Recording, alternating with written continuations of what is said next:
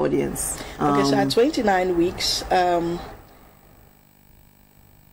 got into labor, and I was a bit sick. So they took me, they rushed me into labor. The babies came out. I had to push one, and then they had to do a CS on the second one because the second one was coming breech with her legs. So the first one was a girl, was the boy. So the first one came out and he was fine. Well, when the first one came out, they took him out. Then they said the second one, it was so fast.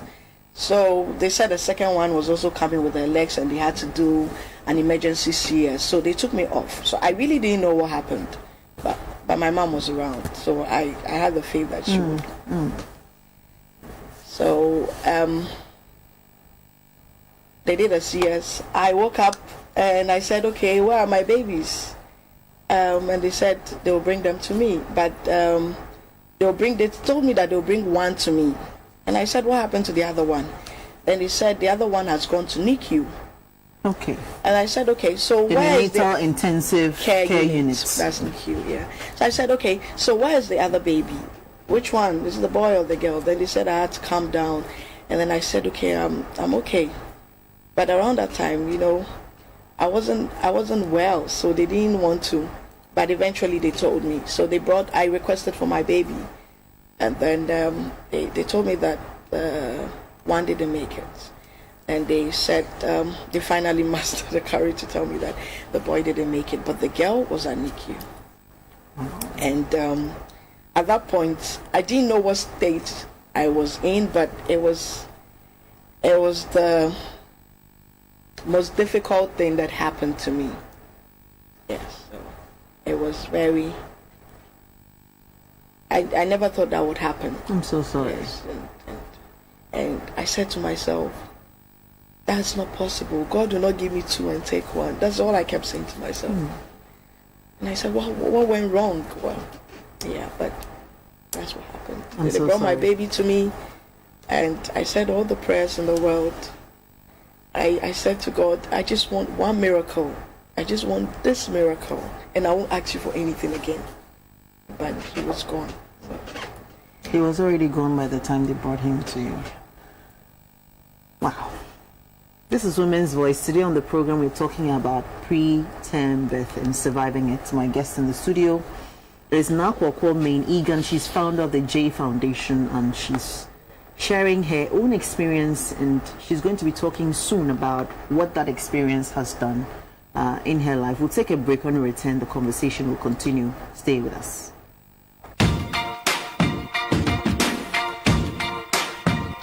It's about exposing the vulnerabilities women face. You have to go to an occasion and people will be like, okay, look at this scary lady coming up. And it was so devastating for me at that time. And I just feel like, okay, if this is how the situation is going to be, then I have to accept myself. I have to embrace what I am. It's about being ready to speak out for our own rights.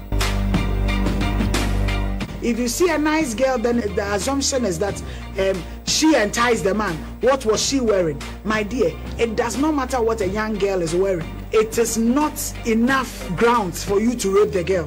We are always striving to reach the top, no matter what. Every woman must know that she has a deep-seated strength. That strength that can put her over every hurdle. And that strength should actually encourage you to do more than you think you can do.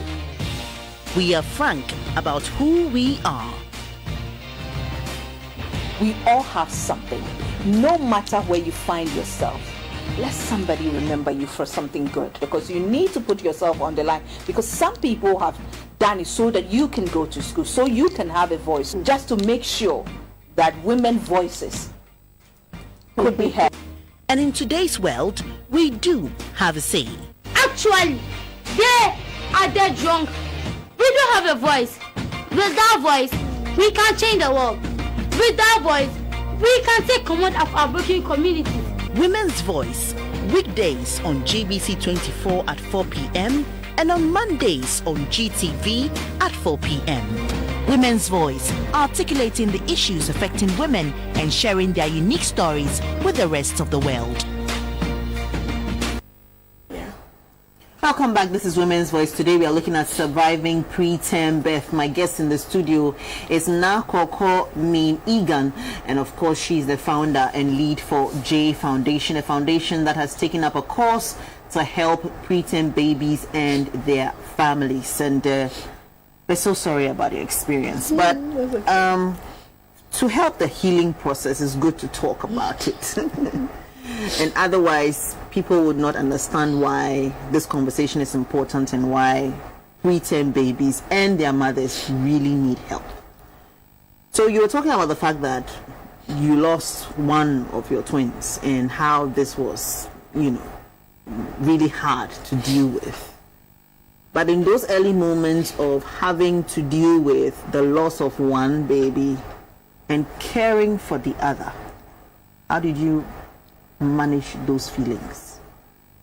So it took me a while to heal, but I wanted to see the other baby badly because I'd seen the one who passed, and he was so handsome, but I wanted to see the other one badly. After everything, it was difficult for me to heal, not health-wise. I wasn't getting better. Because you went through my a heart was cesarean yes, as but well. But you see, I couldn't feel the pain down there. The pain was in my heart. I don't know how to explain it, but it was very devastating for me. So I couldn't bring myself together. It was like I was losing my mind at a point in time. But I wanted to see the other baby badly, and people came to me. My family members were so strong. They were there for me. They came to me. They said to me that, you know what, at least the other one is there. Let's make sure the other one makes it. If the other one doesn't make it, we are in trouble. So you have to be strong and make sure the other baby makes it. So I wanted to see her badly. So the first day I saw the baby, I was so excited.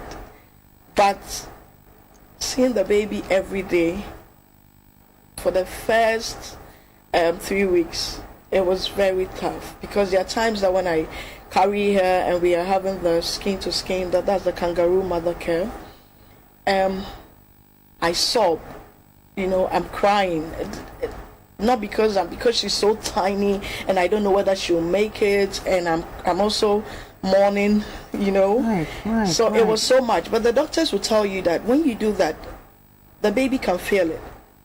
When you are sad and you carry the baby can feel it. The baby knows that you are not fine, you're not happy she's around or he's around. So I had to snap out of that mood. I had to say to myself that I want this baby to make it at least. I don't want to come back home empty-handed. At least if she makes it, it's also a victory for me. So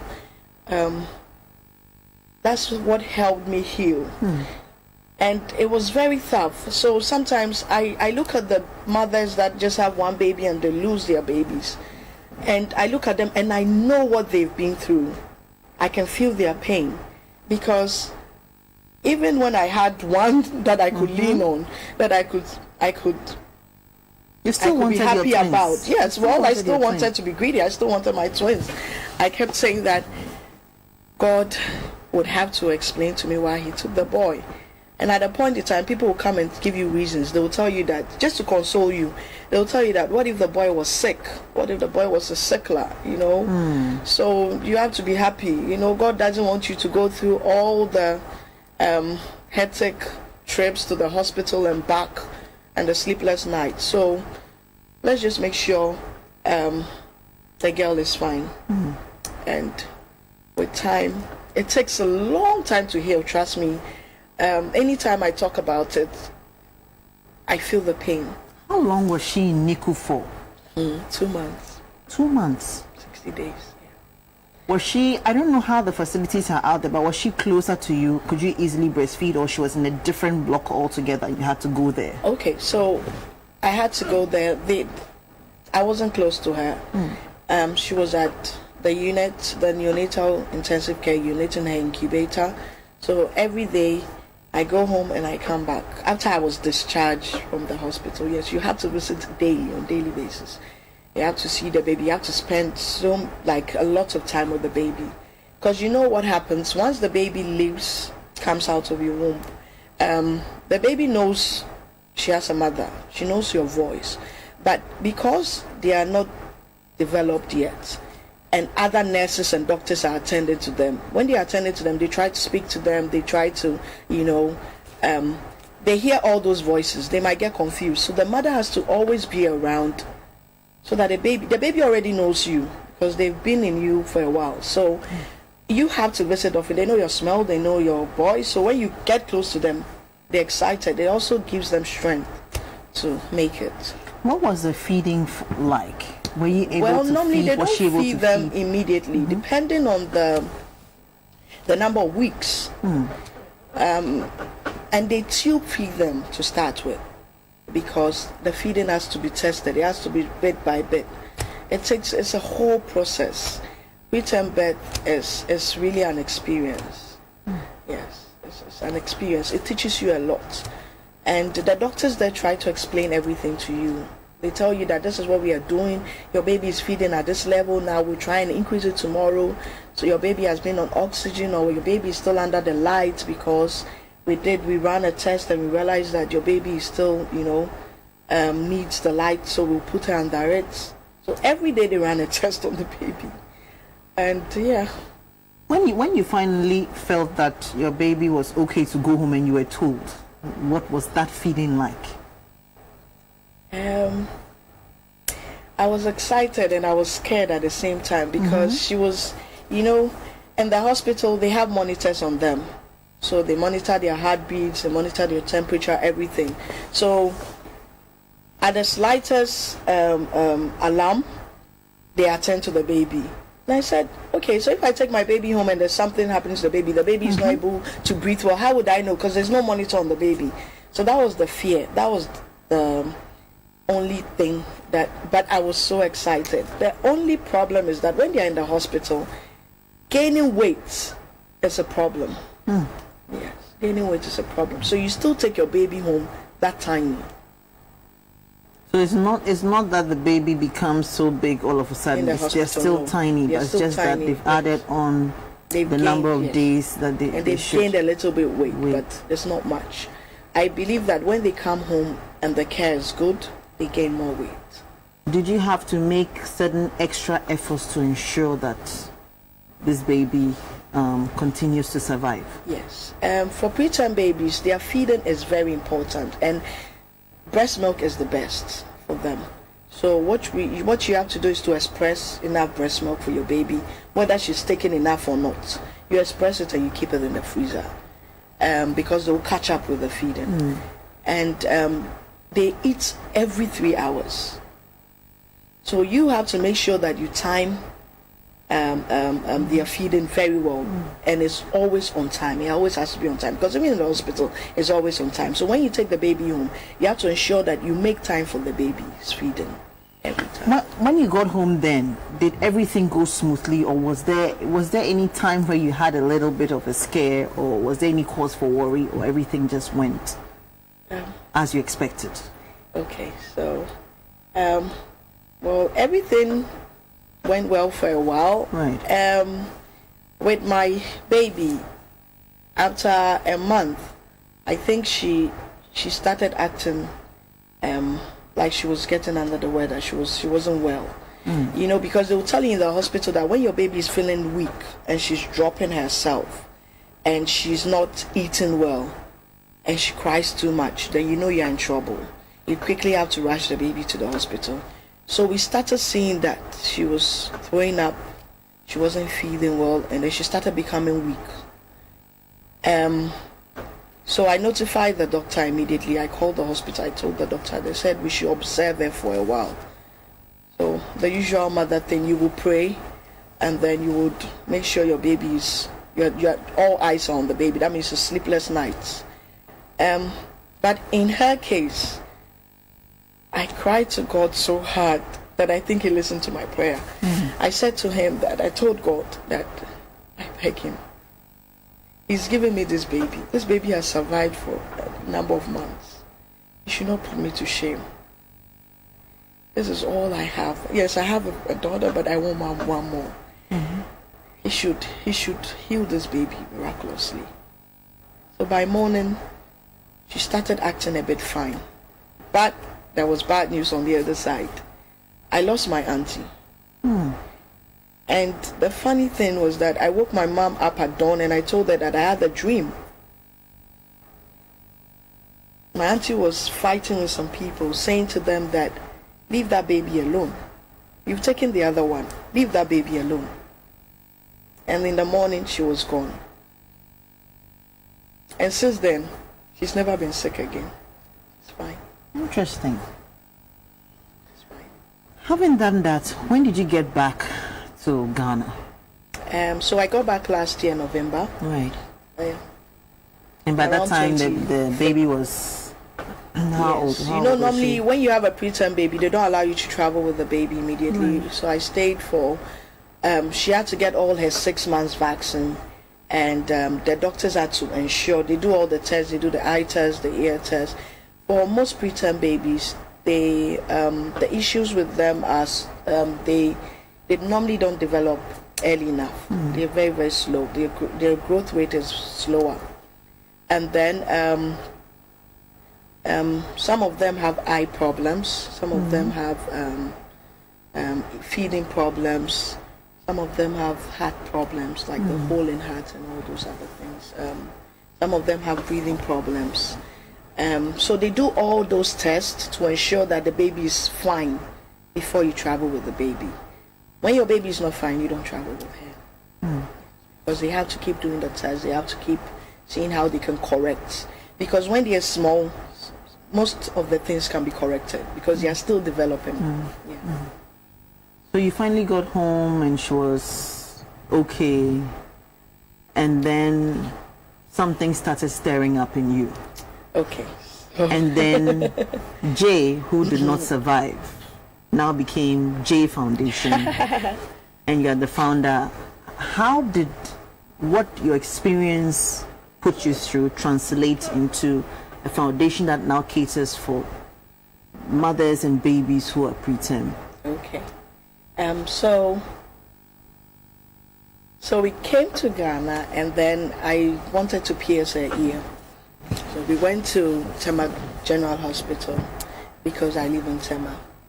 And unfortunately, I walked into NICU. And when I got there, I asked them, is this NICU? And they said yes, because immediately I could see the smaller cords and the incubator. I said, this is NICU, and they said yes. I said, are you people serious? And they said yes. I said, they had packed the mothers like sardines with the babies. The AC wasn't working. There was no fun. The whole place was chaotic. So at that moment, I broke down because I could feel the pain. I knew what I went through there, even with all the facilities. So I was imagining what these mothers were going through. The babies some of them were crying, some of them were uncomfortable because of the heat, and they were wrapped in cloths, and I didn't know what was going on. So I went out and I sobbed. So one of the nurses came out and said to me, are you okay? Is there a problem with your baby? I said, my baby is fine. I have a problem with what's going on here. And then she said, well, this is NICU. This is where the preterm. I said, okay, so can you direct me to, where I wanted to go? And then they asked me to go there. So after that, I went back and I said to them, well, I kept on asking questions. So why don't you have an AC working? What is happening here? Why are the mothers? She said, well, this is the space that has been allocated to them, blah, blah, blah. So I took the lady's number and I said, you know what? Tomorrow I'll bring you clothes. The smaller clothes. They are clothes for preterm babies. I told her that I'll bring her clothes. But on my way out, I saw a mother crying. I said, what's the problem? She said her baby needs oxygen, but she's been owing for some time. So she needs to buy an antibiotic for the baby. It's expensive. It's 150. And I said, okay. So I took her to the car and I said, you know what, just take this. And then make sure you buy the medication and give. But with mothers, they can act funny. So I went back to the nurse and I told the nurse that I gave this woman some money. She will buy it. So I went with the mother to see the nurse, and I I'm told sure her that she got it. that the baby gets what she needs. And then I left. So I went home. On my way home, I spoke to my husband. I got home. When he came back home, I told him, and I was crying, and he says I should take it easy, and he knows it will take time for me to heal, but if I can support them with the clothes, I should take it to them. So the next day I took all that I had, I gave it to the mothers, I gave it to the nurses and the mothers, and then I visited their kangaroo mother care unit as well. And then I asked her that, so how can we help? And then she says, well, we can go and see the administrator and everything. That's how it started. So I put it on my WhatsApp status that anyone who can donate baby clothes should call my number, and then we will donate it to the preterm babies because they need the clothes more. So we have some pictures we got from you on donations. I don't know which donations those were. Okay. Were they for Tema General Hospital? Yes, we had a talk at the Tema General Hospital. Okay, so we have those videos. Let's just have them rolling whilst we are having the conversation, so that we can make reference to them. Right. So this was how. Okay. So this before these pictures are.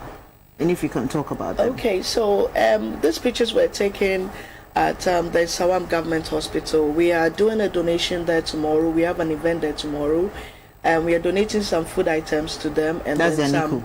Medical. Yes, this is their NICU, and it's small. The space is smaller than I can explain. It's so small. The roof is leaking, as you can see on the screen. They don't have ACs. The babies are on tables.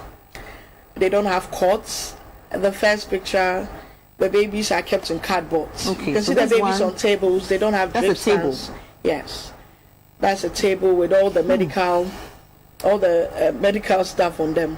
Yes, the babies, their drips are on the louver blades. I don't know if yes. So if you can look at the baby's fingers, they're swollen because they are not on a drip stand. So yes, it's not flowing as it should. That's so, a cardboard. Yes, that's a cardboard. Yes, they need cots. It's sad. Wow. And NICU and neonatal centers in Ghana need a lot of support. They need a lot of help. These babies didn't request to be born premature. It's just unfortunate that they were born preterm and small. But if we give them the help that they can, they will make it, they will survive, they will be our future leaders, they will help us develop our country. So we all have to help. It's very sad. This is in Sawam. Yes, this is Sawam.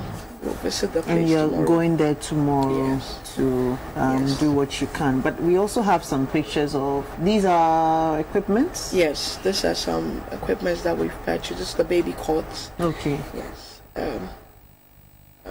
The weighing scales. Okay. Yes. We purchased a few items that we will be sending to them tomorrow. Yes. Okay, so those are a few things you've purchased to send to Yes. them. But these were... This was at Kolebu. At Kolebu. The first picture was at Kolebu. We were donating to the kangaroo mothers. Okay. Yes. This is at Tema General. Okay. Yes. What we normally do is that for the J Foundation, so we support neonatal facilities. We support the preterm babies and their mothers. Right.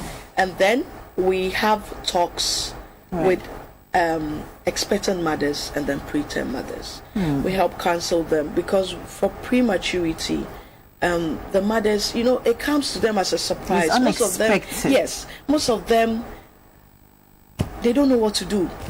They're like, are these babies going to make it? Some of them run away and leave the babies because some of the babies are really tiny.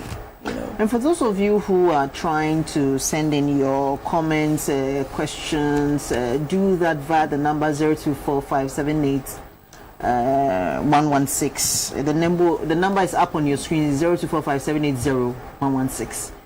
Just send us a text message or a WhatsApp message, and then we'll read it out. And you were talking about the states in which things are.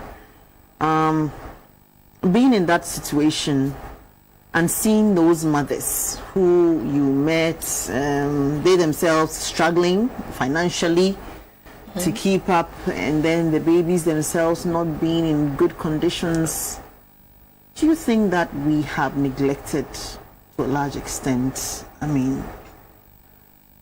healthcare for neonatal care? Yes, we have. We have. It's very obvious. So when we started, my mom is a medical person, so Right. we decided to visit the hospitals to see how the neonatal centers look like. We visited 37, we visited Kolibu, we visited Tema General, we did Wage Hospital. And then we realized that, in Ghana, when you have a preterm baby, they think that the baby might not survive. And But rather, everything should be done to ensure that that baby survives. yeah, but I think there's a mentality that they are not full they are not human beings yet. So why waste? And it's expensive to care for preterm babies. So in most of the rural areas, the villages and everything, once they are born, they let them go.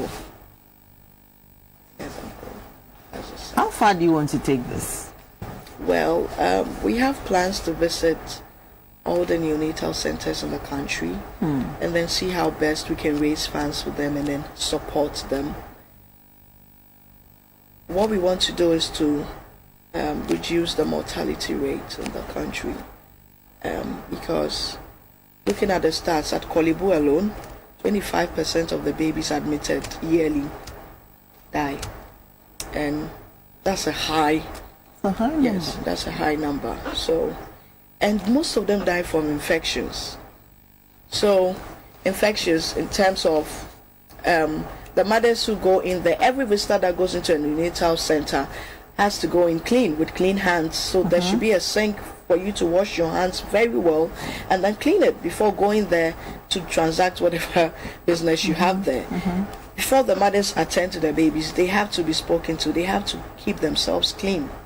Because the babies pick up, they are so delicate. These babies They're supposed to be in incubators. Yes, but they are supposed to bond with their mothers. It's very necessary that they get that warmth from their mothers. Okay, so they do the kangaroo care, the skin to skin. So every day your mother has to come in and then pick the baby. So they take the baby out of the incubator with the oxygen and everything. You have to carry the baby close to your chest and then tie it around, with a cloth or the kangaroo mother care piece that they reuse. And then the baby should stay there for hours, 2 hours, 3 hours. Is the best care the mother can give to the baby. The mother has to go in clean, because if you go in dirty, you transfer everything to the baby. So that's the challenge that we have. And you go to most of the hospitals, they don't have soap. They don't have a tissue to clean their hands. So the mothers go in, if their clothes are dirty, they wash their hands, but they clean their clothes. They back on the clothes. And then they go and then they attend to the babies. So the babies don't make it. The place is dirty. They don't clean the place often. It's just sad. They need more cord sheets. So what we do is that we donate cord sheets. We make the cord sheets ourselves. We brand them and then we donate them. And then the bed sheets the mothers use at the kangaroo care. So for the kangaroo, every neonatal center in Ghana has a kangaroo mother care unit. So after your baby has gone past the stage of using oxygen and everything, the baby is fine. The baby can breathe on their own. The babies can breathe on their own. They can do everything. They move you to the kangaroo mother care unit where you sleep on the same bed with the baby, so that you can bond with your baby. Right. Yes. And so in those units, we donate the bed sheets and the pillowcases and other things that the mothers will need. But the babies need breast milk as well. So we also donate to the mothers. We help them eat well. When I was in that situation, I won't eat. I would go days without eating. The only thing I do is I'll take a bottle of water or juice. Why weren't you eating? Because there was nothing to motivate me to eat. I just wanted, sometimes I can sit with the baby the whole day and forget that I haven't eaten. saying just your focus was just the baby should just get well. And I didn't feel like eating. So most of the mothers are so down, they don't want to eat. But you see, you don't help yourself because the baby needs your breast milk. When you don't eat, you don't get good breast milk for the baby. The baby needs all the nutrients to grow. So you have to eat well. So we donate the items that they need. They need palm nuts, the palm fruits, we donate them to them. We donate rice, milk, eggs, beans, yogurts. We currently have some good sponsors. We have Bell Aqua sponsoring us with water, and then we have Farm Milk Ghana giving us their products for these mothers. And then we also have Diva, Barak manufacturing companies, Diva products. We the bleach for the floor, and then the antibacterial hand wash. That's very important. The place needs. So we have those sponsorships coming in anytime we have a donation. And so this is what we are trying to do to help. And once it's mainly infections, there's a little that we can do. Yeah. So you were talking about the fact that even when you started by reaching out to friends and asking them to donate clothes and if they can, and then now you're talking about companies supporting and all that. What kind of support do you need to be able to keep doing this? We need everyone to come on board. If you're touched by this story, preterm babies are also human beings, and they can make it. Most preterm babies are very intelligent when they grow up. We need your support. These babies need incubators. Luckily, Kuorkor is going around donating incubators. We need cots for these babies to lie in. As you saw, some babies don't have. They are put in cardboards. Some of them are put on tables. It's very, very disheartening. We need drip stands. If you want to donate, we have a mobile money number that you can send some money to. Kitwe Biansa. That's our slogan. Yes. And what we also do is to advocate for these babies. They can't talk, so we are the voice of the speechless. We want to advocate for them. They don't know that this help is coming their way, but we want to help them. We want them to see it coming. We want them to feel that they have that love. So tomorrow you are going to Nsawam, and then what happens next from then on? We'll move to other hospitals. Right. So we on social media, we get other people saying that, we need help, come and see us. So we might go to Osudoku, we'll do Keita Government Hospital as well. We'll do the other hospitals. We'll try and visit all the other hospitals. Do people want to help? What are the social media? Okay, so our social media handles, our handle is J Foundation 18. And by J you mean J-A-Y Foundation 18. We are on Facebook, we're on Twitter, we're on Instagram, and then we have a website, www.jfoundation.net. When you go on YouTube, we also have some videos there.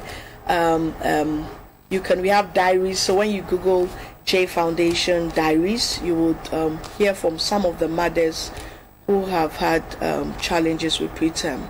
I will speak about that one too.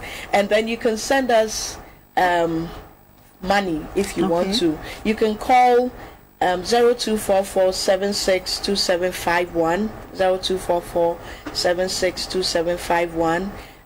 If you want to donate baby clothes, baby food, anything we will take, or any donations for the mothers, we will take them. And then if you want to donate funds, we have our mobile money number 0245 729197, 0245 729197, 0245 729197. That's for the mobile money. You're talking about some of the experiences of the mothers who have premature babies. Yes. So when we started, we started with one of the preterm babies that needed support. She had a hole in heart. So she was called Baby Akuya. She was born at 33 weeks. She survived all the preterm process, but when she was taken home, her parents realized that she wasn't too well, so they brought her back to the hospital, and then she was diagnosed with a hole in heart. In Ghana, we cannot attend to babies 3 years and below. We cannot attend to babies who have heart problems or surgical problems. Those that are 3 years and below, we can't attend to them. These babies have to be flown out to India, the UK, or US or South Africa, and it's so costly. $8,000 is the least amount you can raise. Well, in Baby Akua's case, we tried, the funds were raised, and Baby Akua was supposed to travel on Friday, but unfortunately, we lost Baby Akua. Oh. Yes. She passed on a Sunday. Prior to her being Traveled on Friday. for the surgery, even after you had raised the funds, and because it took a long time to raise the funds. Yes. And this tells how delicate Yes. they are. Let me use, and I can just feel your passion in there. Let me just begin to read the messages. This one says, "My mother, please, half a loaf is better than none. So please just embrace it. For someone is praying to be like you. That is a blessing, Afari, from La Paz, sending in that." Jennifer from Mataheko says, "Hi, Selikem, very nice discussion, but I'm also sad for your guests. May God grant her multiples of what she lost for taking up the challenge to educate and sensitize women about preterm babies. I am so touched." This one says, "Hi, I'm watching your program regarding premature birth. Could you please send me the lady's number?" Okay, I'll do that after the show, but she's also mentioned it. Maybe you could do that once again before we end it. This one says, "Good evening. God bless our sister for signing such a kind gesture. She should give out her number, okay, for some small help I can offer." That's email or say from Edukwa, saying that they can also offer support. When people come out to show support for what you're doing, do you get the sense that this is achievable? I mean, what you started out is very, very, very achievable. Yes. Well, okay. So when I started putting I started putting stuff up on my status, I got a lot of feedback. My friends were like, "Oh, I have clothes. Why don't you let us start doing something? You can do something. Maybe this will make you heal. You know, it's a healing process for you. Help other babies. Maybe God knows why. God, maybe this is a calling." So that's how it started. I got motivation from friends and family, and I must say the J Foundation has a strong and dedicated team. We are a team of 15 parents, and they are all dedicated. They do their best at our events and even before that. And I have a lot of friends and people who chip in anytime we have donations. And God bless you all. We pray that we'll get a lot of support so that we can help curb this situation. Currently, what we are trying to do, I know it's a lot, but we wrote letters to the Ministry of Health and the Ministry of Gender and Social Protection. We wanted them to purchase the surgical equipment so that, and this could even help Ghana as a whole, because in the whole of West Africa we don't have anything like this. We can start making money by operating. We can reduce the amount and then start helping babies in other countries, neighboring countries, you know. So we are yet to get feedback from the ministry. Okay, so that you can close that gap of we not being able to perform surgeries. Yes, because babies. most of the babies die. Because how many mothers can raise those amounts? Most of the mothers cannot raise. Most of the mothers cannot even take out their preterm babies. How much more raise this amount? $8,000, $10,000. They don't have that. But if we can do that here, we can at least subsidize the amount a little bit. Were you given any explanation as to why this doesn't happen? Okay, so the babies need to gain a certain weight before they can be operated on in Ghana. But for preterm babies, they struggle to gain the weight. But abroad, whether they are small or they big, are still able they to. can able to attend to them. So that is what we want here in Ghana, so that we save a lot of lives.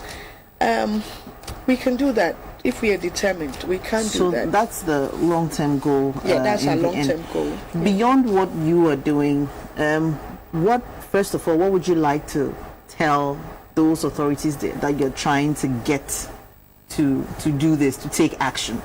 Okay. We I would like to appeal to them that they should help. I know as neonatal centers or neonatal or preterm babies, we haven't really channeled our attention to them, because if our attention has been channeled to them, we would have seen these difficulties and then done something about them.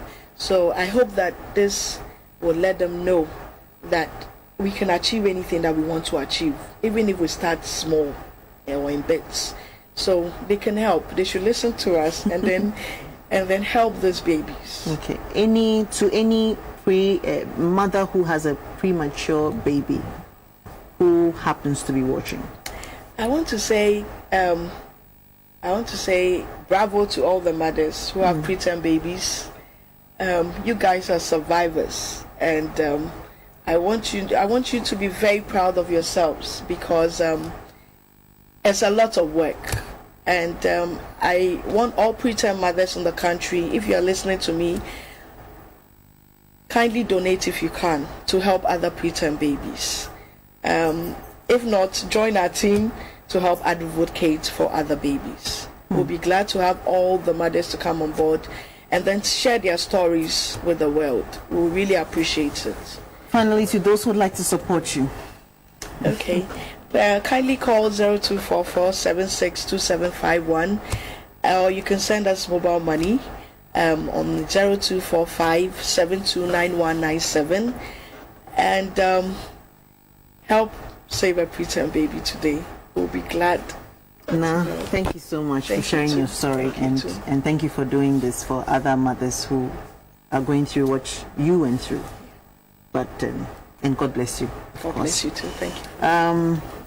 This is Women's Voice. We've been looking at surviving preterm birth. My guest in the studio has been Kuorkor Mayne-Eghan, founder of J Foundation, a foundation that has taken up the course to help and support babies who are born premature and their families by giving them resources and then medical care. My name is Selikem, Acolatse, Apaloo. Thank you so much for watching. A final message says, Mommy, God bless you, and I pray for your heart's desire to be granted. Amen. And as we wrap up, we'll end in the words of the president of the Pediatric Society of Ghana, and he says that every child has the right to the best start in life, quote and unquote. Thank you so much for watching, and thank you for sending in your messages, as well as thank you to our team here at GBC24 for supporting the program Women's Voice. We'll be back same time tomorrow. Have a pleasant evening.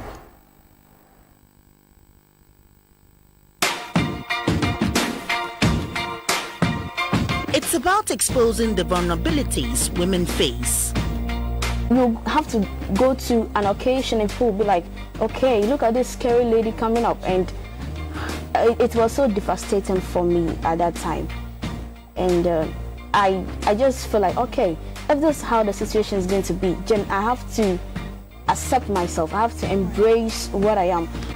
It's about being ready to speak out for our own rights.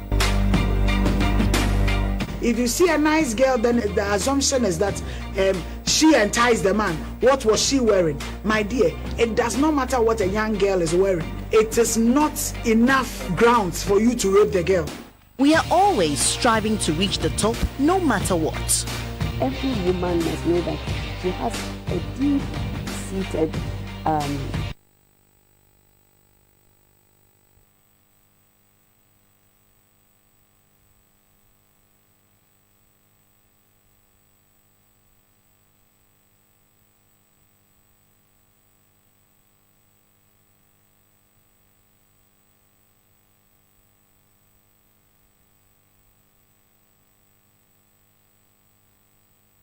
on the line, because some people have done it so that you can go to school, so you can have a voice, just to make sure that women's voices could be heard.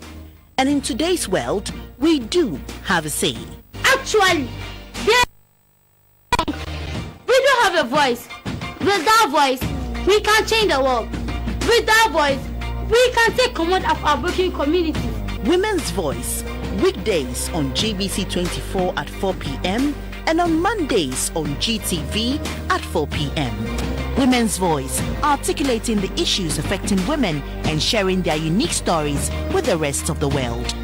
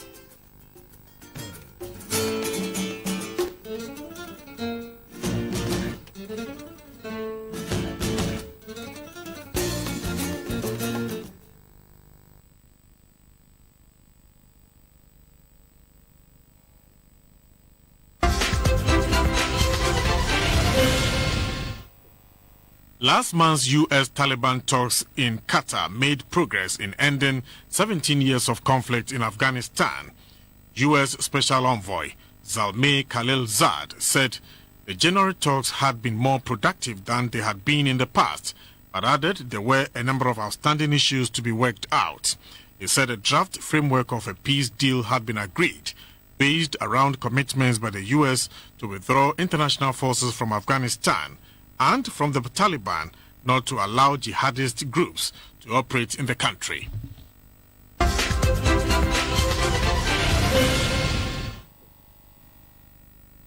Mr. Trump will meet North Korean leader Kim Jong-un for the second time on the 27th and 28th February in Hanoi, Vietnam, speaking at the Governor's Ball, a black tie event for U.S. state governors, on Sunday evening. The president also said he had developed a very, very good relationship with Mr. Kim. He reiterated that he was in no rush to press for North Korea's denuclearization. The Singapore summit was historic as the first meeting between a certain U.S. president and a leader of North Korea, but the agreement signed by the two men was vague on detail.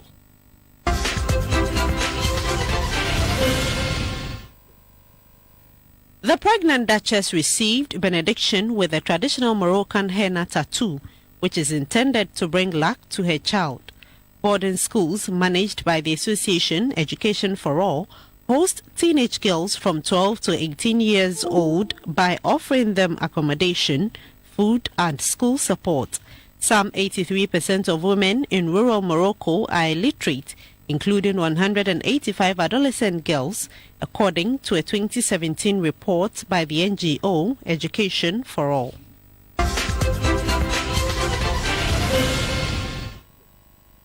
Tensions were high after President Maduro sent troops to block roads and bridges at the borders with neighboring Brazil and Colombia, where food and medicine deliveries organized by the U.S. were set to enter the country.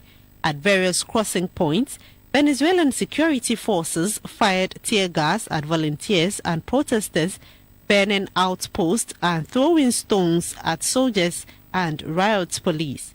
Self-declared interim president Juan Guaido, who has been recognized by more than 50 countries, has called on other nations to consider all measures to oust Mr. Maduro after opposition-led efforts to bring in aid descended into clashes.